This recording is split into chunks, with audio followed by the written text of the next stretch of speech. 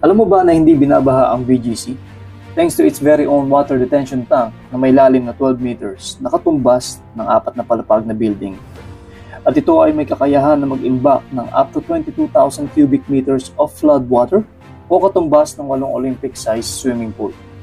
Kapag tumigil na ang ulan, unti-unting papakawalan ng tubig sa mga creek na papunta sa Pasig River. At dahil nga mabisa ito para sa pagpigil ng baha, ito ay binabalak gayahin ng ating gobyerno sa pamamagitan ng DPWH para makatulong sa pag-iwas ng baha sa Metro Manila at iba pang mga bahain na lugar. And did you know na magkakaroon din tayo ng ganitong facility sa Northwind Global City o NGC? Ang NGC ay ang next BGC rising in Marilao and Bukawi, Bulacan.